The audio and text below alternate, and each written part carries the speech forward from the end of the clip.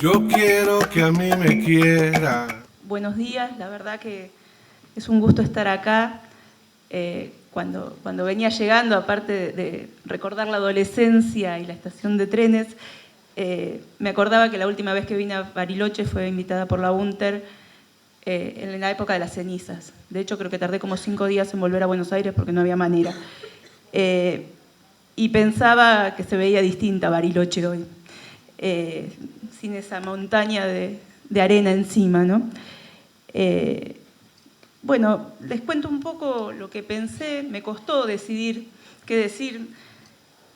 Trato de andar cerca de la historia de la educación, pero no soy historiadora de la educación. Imaginar una mesa con Pablo y Adriana era como una pequeña tortura.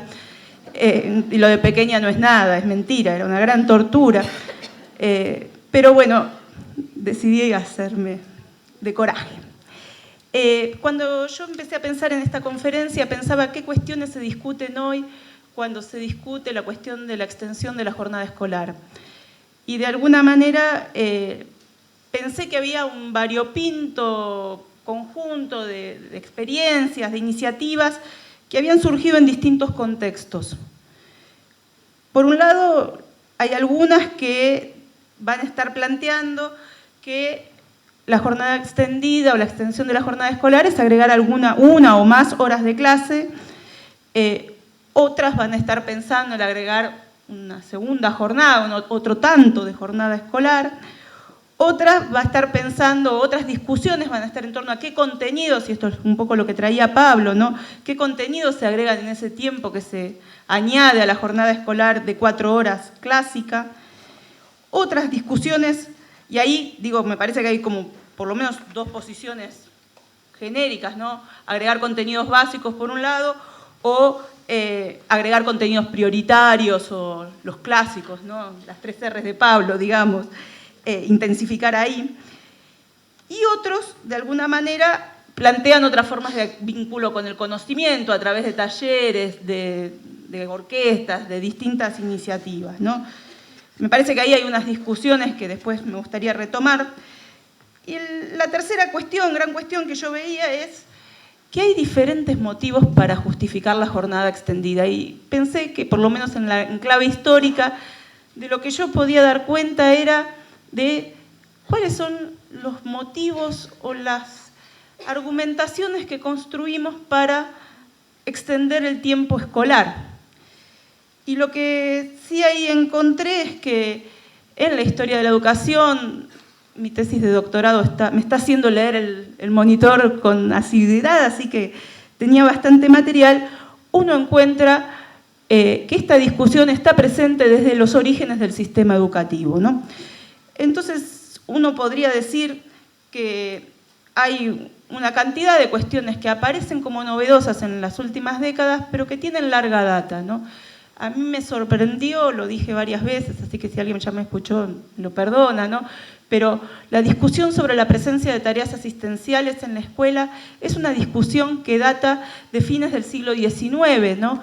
Hace poquito leía que un juez de paz de esta zona, de Río Negro, en 1900, redondeando 1898, celebraba con el ministro de Educación, con el gobernador, con el ministro de Educación Nacional y el gobernador, un acuerdo para que los maestros y los directores de escuela oficiaran como jueces de paz. Digo, se hicieran cargo de registrar nacimientos, muertes, etcétera, etcétera, etcétera, ¿no?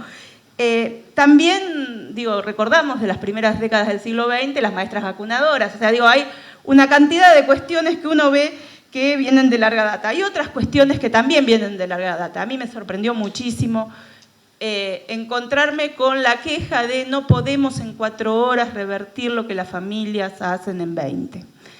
Y encontré ahí sí que ahí había un motivo para extender la jornada escolar, ¿no? Tener más horas para revertir lo que las familias hacían el resto del rato. Y en ese sentido, eso es una de las cuestiones que a mí me gustaría plantear. Lo que primero quería plantear es que esta escuela de fines del siglo XIX y principios del siglo XX, tuvo claro que quería construir una ciudadanía homogénea, ¿no?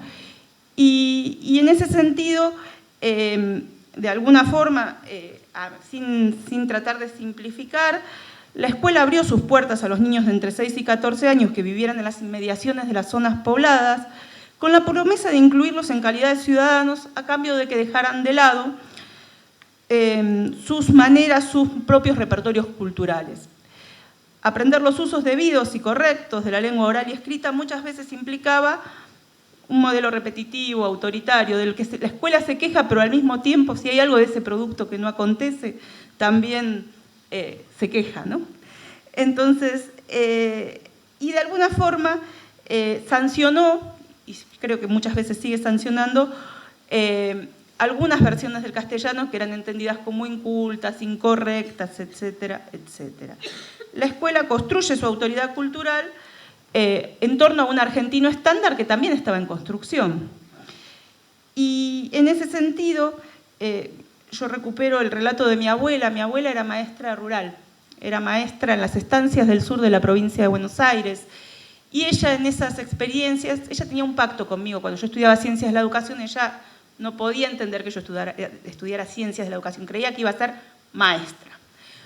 Y entonces cuando venía a Buenos Aires, y yo estaba estudiando, murió a mitad de mi carrera, desgraciadamente, hoy le preguntaría un montón de cosas más que no le pregunté, teníamos un pacto que es que ella me contaba cada noche un año de su vida como maestra rural. Bueno, podría llenarlos de relatos acerca... Mi abuela era maestra de la Escuela Normal de Concepción del Uruguay.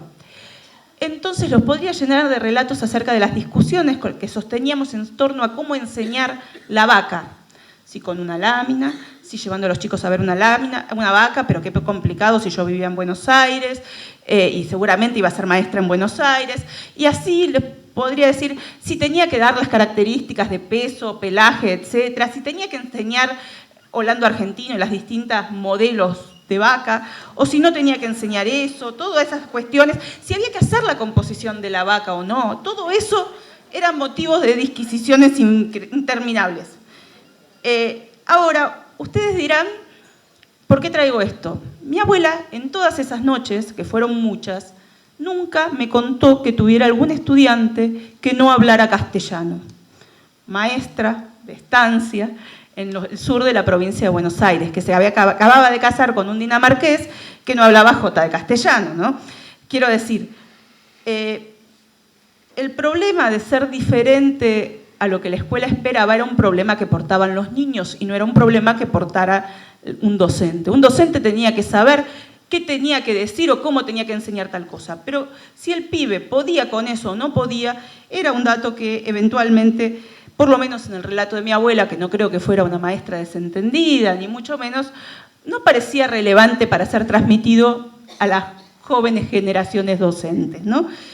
En ese sentido, digo, me parece que tal vez era parte de lo obvio, de lo que no merecía ser contado, pero también tal vez era parte de lo que la escuela podía no mirar.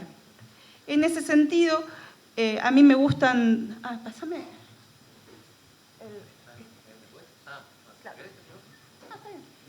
A mí me gusta esta foto. Esta foto está en el archivo Laines, es del 34. No sé si se ve desde atrás, pero la foto tiene un epígrafe que dice lo siguiente. El día 7 de marzo de 1935 llegaron al paraje denominado kilómetro 60 del ferrocarril de Colonia Baranda el señor Fernando del Valle Wilson y su esposa, señora Delia Capocci de Del Valle, quienes venían nombrados para desempeñar los cargos de director y maestra de la Escuela 245 del Chaco, creada por el Consejo Nacional de Educación el 5 de octubre del 34. Grande fue la sorpresa de ambos cuando vieron el edificio que se había aceptado como local escolar. Tratábase de un viejo pesebre que en sus mejores tiempos había servido de alojamiento al caballo de carrera de don Luis Vallejos y a su cuidador o compositor, y que su dueño cediera gratuitamente para el funcionamiento de la escuela. A pesar de los inconvenientes, el día 11 del mismo mes se iniciaron las clases con 2 secciones de primer grado inferior, llegando a la inscripción en el transcurso del año a 60 alumnos, algunos de los cuales debían recorrer largas distancias para llegar a la escuela. El régimen de vida en aquella escuela era lo más primitivo y rudimentario. Más del 95% de los pobladores eran analfabetos y vivían en ranchas y chozas miserables. Sobre los alumnos se señalaba, ninguno habla bien el castellano, y algunos ni lo entienden, pues en sus hogares se habla el guaraní. Una historiadora me dijo que en realidad en esta zona no se habla guaraní, pero creo que no era importante ni siquiera registrar qué idioma se hablaba en estas... es por el lugar se debe hablar com. Sin embargo, para un docente porteño podía ser guaraní y daba igual, ¿no? El vecindario está formado por gente buena y sumisa, pero pobrísima, ignorante, haragana e indolente hasta la exageración. En medio de tal ambiente es donde desarrolla su acción esta escuela, en la que nos vemos obligados a vencer dificultades de toda índole, no solamente para enseñar a nuestros alumnos lo que es la vida civilizada, sino para hacer nosotros algo que a ella se parezca. Acompaña a este relato otra foto, sacada 8 meses más tarde. Fíjense lo que sucede. La misma escuela. 8 meses más tarde. Dice, con la instalación de la Escuela Nacional, las reuniones cambiaron de fisonomía, ya que en ocasión de las efemérides patrias, aniversarios históricos, iniciación y clausura de los cursos, etc., el personal docente invitaba al vecindario a congregarse, realizándose luego del acto escolar almuerzos populares, juegos y bailes que se celebran en alegre camaradería. Allí fue donde la mayor parte de vecinos entonaron por primera vez el himno nacional, se acostumbraron a quitarse el sombrero cuando las circunstancias lo requerían y por las observaciones que los maestros hicieran a sus alumnos, aprendieron que era incorrecto tomarse de los brazos y piernas de lo primero que hallasen a su alcance y que al hablar debían hacerlo en voz alta, clara y mirando la cara de su interlocutor. Pero si grande fue la transformación operada en la población adulta, mucho más fue en la población infantil. Aquellos niños de 6 a 16 años que llegaron en 1935 con aspecto de gacelas asustadas, los cuales eran imposible hacerles pronunciar 3 palabras seguidas o comprender una frase, cuya indumentaria y cuyo aseo causaban compasión, habían cambiado fundamentalmente tanto en su aspecto como en sus modales, desenvoltura y expresión. Sus cabellos, antes hirsutos y enmarañados, habían sido dominados. Sus pringosas y deshilachadas vestimentas por lo menos se disimulaban bajo el delantal blanco. Se hicieron más locuaces y comunicativos y en sus rostros apareció la sonrisa. Al principio era imposible conseguir que recitasen una estrofa en público. En el ambiente escolar tomaron afición a la declaración y alcanzaron a interpretar números de conjunto con una naturalidad y una perfección admirables.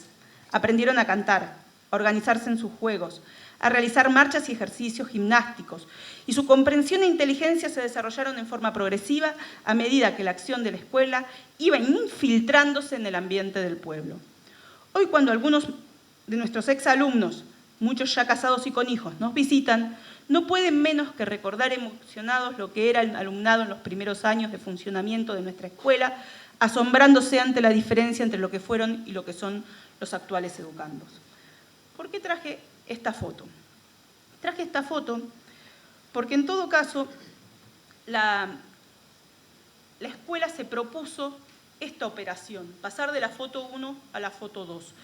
Y cuando uno mira cuáles son los argumentos, cuáles son las cuestiones que se ponen sobre la mesa para extender la jornada escolar de algunos niños, lo que aparece es que es muy difícil revertir en 4 horas de la foto 1 a la posición de la foto 2. Y por lo menos a mí me parecía importante advertir que ese sentido no es un sentido que hoy esté tan desterrado de la idea de extensión de la jornada escolar en el sentido común. Entonces, por lo menos a mí me parecía interesante marcar esto. Tratando de ver cómo se dio esto por estas zonas, por estos pagos, lo que yo hice fue seguir bastante los trabajos de Raúl B. Díaz, que van a estar... Raúl B. Díaz era un inspector de los territorios nacionales que tenía mucha presencia, un tipo interesante, ¿no? Un maestro comprometido de manera importante con la gente, con la educación pública, que se va a pelear con los salesianos de manera furiosa. Digo, y de alguna manera lo que uno encuentra es un debate en la época, un debate acerca de si el internado sí o el internado no, para qué un internado. Y también uno encuentra en este mismo momento una discusión importante en torno a si tenía sentido o no educar a la infancia indígena y de qué manera había que educar a la infancia indígena. Simplificando, digo, lo primero que va a aparecer es la idea de que a la infancia indígena se la educa incluyéndola en el trabajo doméstico. O sea, la manera de educar a los niños indígenas es separarlo de sus madres, desarticular las tramas de transmisión del lenguaje y enviándolos a trabajar en casas de familia. Pero si esto no resultare, la opción del internado era una posibilidad. Entonces, de alguna forma lo que va a aparecer, y a mí me parece bien interesante, es una discusión en torno a qué es un internado y para qué es. Y hay dos posiciones contrapuestas. Unos que rescatan la cuestión del rigor, de la disciplina y demás, y otros el derecho a una, no en términos de derecho, dicho en términos de derecho, pero la necesidad de niños que tengan un lugar donde vivir sin frío, donde no necesariamente estar acompañando la veranada, y aparecen una cantidad de discusiones que a mí me parecían interesantes por lo menos poner sobre la mesa, ¿no? Por un lado, también hay otras discusiones que están buenas traer, pero primero quería mostrar la siguiente foto, que son fotos que saca Prospero Alemandri un poco más adelante, 1926, 1927, que es cómo van los niños a la escuela. Fíjense, pasando el río Urileibú, Neuquén, para asistir a clase, escuela. No sé si de atrás se ve, pero es una balsa hecha de tronco, un tronco gigante, y aparece una discusión acerca del radio escolar y quiénes van a ir a la escuela si es que uno ampliaba el radio escolar. Una de las cuestiones que van a decir es que los indígenas sí van a llegar a la escuela porque dominan el caballo. En cambio, los hijos de los inmigrantes no llegarían a la escuela si no se instalara una escuela en los parajes más apartados porque no dominan el caballo. La otra foto, fíjense, no sé si la ven, pero es pasando el río Nahueve para asistir a clase. Y es un cable, una cuerda con un carrito en la que los niños cruzan a la escuela, ¿no?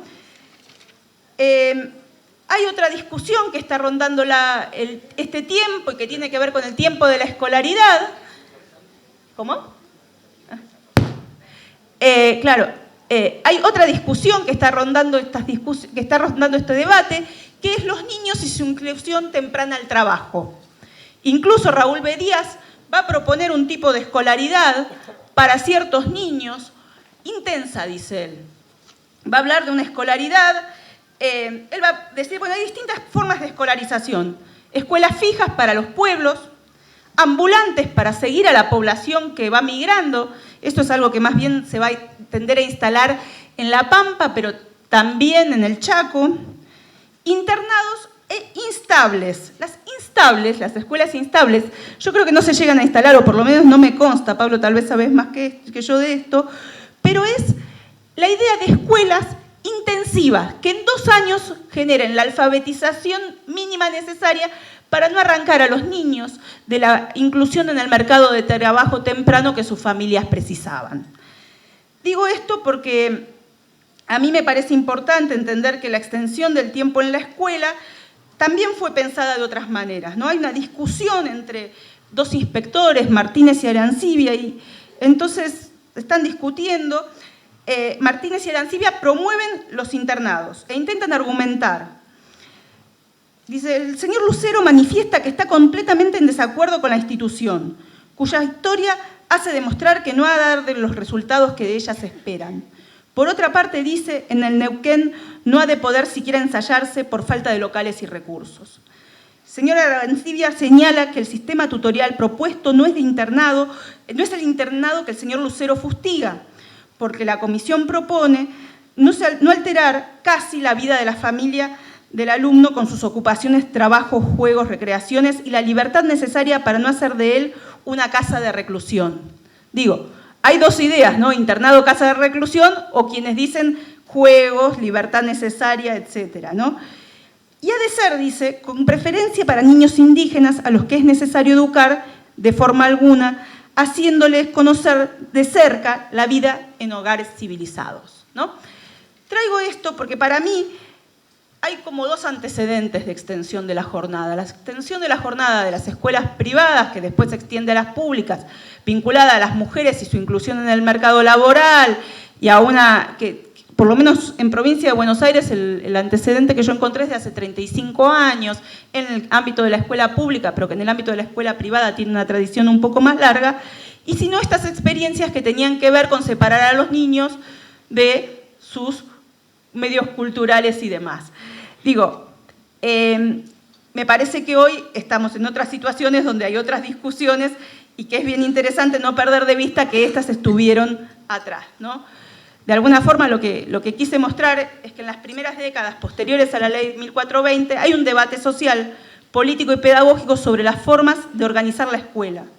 Debate en que distintos sujetos proponen sus puntos de vista a partir de posicionamientos político-pedagógicos diversos y también a partir de consideraciones sobre cómo se pensó a la infancia y a los modos de construir personas educadas en distintos tiempos. Hoy, casi un siglo más tarde, aún uno puede oír en las salas de maestros: no puedo revertir en 4 horas lo que la familia no hace en 20. Frase que muestra la vigencia del mandato homogeneizador, y no estoy hablando de lo común, sino de cierto tono de reclamo para borrar las marcas culturales que los chicos traen. Sin embargo, se instalan otros debates a partir de movimientos sociales diversos que han insistido y disputado el acceso a más y mejor educación. De alguna manera, en todo caso, más siempre refiere a cantidades, ¿no? El tema es cantidades ¿de qué? De horas, de propuestas, de espacios. Diversos estudios señalan que la ampliación de la oferta horaria sola es condición de posibilidad, pero no garantiza que los sujetos se hagan de bienes culturales a los que tienen menos horas de acceso. Es decir, solo más horas pareciera no alterar o no mover suficientemente la curva. Pareciera que junto con más horas hay que incluir otros debates que tienen que ver con los usos del tiempo escolar, con las formas de pensar más flexiblemente los tiempos y también los agrupamientos, reconociendo que no todos los sujetos requieren los mismos recorridos para hacerse de aquello que la escuela propone. Esta es la idea que Flavia Terilli trabaja, que Pablo también recuperaba. También señalan algunas investigaciones que otra de las cuestiones que son relevantes trabajar remiten a las formas de organización escolar y en particular a la construcción de responsabilidades colectivas sobre los aprendizajes de los chicos. No obviar los nuevos escenarios en los que la escuela trabaja también parece una cuestión importante. Lo decías cuando arrancábamos, ¿no? Sinceramente uno cree que en el principios del siglo XXI estamos viviendo nuevos escenarios. Hay algunos cambios de signo positivo que vislumbran alternativas que discuten, al menos en parte, el modelo histórico, civilizatorio de la escuela, pero también el modelo neoliberal de los 90. Sin embargo, estos cambios no han logrado revertir procesos de polarización y fragmentación social profundamente arraigados durante décadas que producen brechas difíciles de salvar entre quienes ven ampliadas sus posibilidades de existencia a límites insospechados y quienes en el otro extremo intentan construir posibilidades de inclusión que fueron posibles en otros momentos históricos. Así hoy las escuelas se ven desbordadas por dificultades para cumplir con parte de lo que se espera de ellas. Incluir a todos, no solo en presencia sino en aprendizajes, y hacerlo respetando las diferencias sociales, culturales, etcétera, pero sin perder de vista un común, además de verse evaluadas por sistemas de evaluación foráneos que nos colocan mal en los rankings, pero no ponderan estas cuestiones sino otras, que incluso nosotros mismos desconocemos exactamente en qué consisten, pero de las que sabemos que no tienen que ver con lo que habitualmente hace la escuela y quiere hacer la escuela. Pensaba tengo 5 minutos, ¿estoy mal? Yo pensaba, bueno, más y mejor escuela para todos. ¿De qué hablamos con más y mejor escuela para todos? De alguna forma, uno de los temas más debatidos en el último tiempo es que la escuela abrió las puertas a aquellos que aún no habían tenido lugar en sus aulas. En particular, la ampliación de los tramos de obligatoriedad a la educación secundaria, el estímulo a la asistencia educativa que supone la AUH. Esto supone diariamente una discusión con las tradiciones centenarias que aún perviven en la escuela. Y cuando intentamos ver ¿quiénes son los que quedan afuera de la escuela? ¿O quiénes son los que desertan de los aprendizajes? ¿O no logran sostenerse en ella? Nos encontramos con que estos sujetos suelen ser clasificados como otros sociales, otros culturales, y que en el plano de las prácticas de la enseñanza esto supone muchas veces desconocer cómo trabajar y por ende ignorarlos, o bien resignar la posibilidad de transmisión de ciertos contenidos, debates, partiendo del supuesto de que el otro, en tanto otro, no los precisa o no puede hacerse de ellos. El miércoles estuve en La Matanza dando una conferencia para un montón de gente y un profe me decía, bajar el nivel no es ir contra los chicos. Y yo pensaba, el problema es que está instalada esta disyuntiva, ¿no? Como si una opción sería ir contra los chicos y mantener las cosas como están, y la otra opción fuera bajar el nivel para no atentar contra ellos. A mí me parece que esta es una de las dicotomías sobre las que tenemos que discutir y donde creo que sí, realmente más tiempo escolar puede hacer una diferencia sustantiva. Un amigo, director de una escuela muy grande en La Matanza, Luis Caveda, tal vez lo conocen por los CAJ, me decía, cuando abrieron las puertas de la escuela pasó lo que tenía que pasar, entraron todos. Claro, ahora los tenemos adentro y no sabemos qué hacer, tenemos problemas, sí, no sabemos bien qué hacer a veces, no sabemos a veces cómo resolver. Es lógico, entraron los pibes que tienen esas marcas de la historia y las de la historia de sus padres durante estas décadas.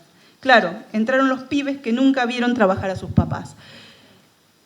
Y creo que es así, que los chicos y chicas que hoy se acercan a la escuela son hijos e hijas de décadas signadas por la desarticulación de lazos sociales, son hijos e hijas de padres duramente afectados por procesos masivos de pérdida de empleo que aunque se recuperen, es complejo reinstalar en el imaginario la cuestión del trabajo y de aquello que sucede cuando el empleo se desvanece como oportunidad efectiva de participación de los adultos. A fines de los 90, una madre, en aquella experiencia de sectores populares, en una reunión de padres de una escuela planteaba que ella quería que sus hijos les enseñaran trabajo. Nosotros entendimos que eran microemprendimientos y cuando le preguntamos, es decir, una maestra advirtió que era otro el pedido y dijo, mis hijos no nos vieron trabajar, ni a sus abuelos, nunca nos vieron trabajar a ninguno. Entonces, si no les enseñan cómo es el tema de los derechos sociales, de las obras sociales, los chicos no van a saberlo. Esa madre mostraba y le reclamaba a la escuela que nunca enseñaba historia más allá reciente, más allá de la década del 30. Que eso no era objeto de las enseñanzas. Revertir esas huellas, revertir todas estas cuestiones supone una apuesta fuerte. Supone revisar qué se enseña en las aulas, qué se enseña cuando hacemos cosas que no son exactamente estar adentro de aulas enseñando, cómo abrimos y para qué abrimos una escuela, qué habilitamos y qué no. Pero también supone poner en tela de juicio a los núcleos duros de la escuela. Revisar si esta escuela es la misma que hizo que los niños dejaran sus marcas culturales afuera, porque hoy están entrando todos. Y la apuesta es que no queremos que se vayan, pero para que no se vayan tenemos que hacer cosas distintas de las que hizo la escuela, a la que fueron mis padres, mis abuelos, a la que fui yo. Aquella escuela que, como vio que yo escribía con la mano izquierda, me sugirió que consiguiera una maestra afuera. En esa escuela en la que no se sometía a las reglas, se iba a su casa o al mundo del trabajo.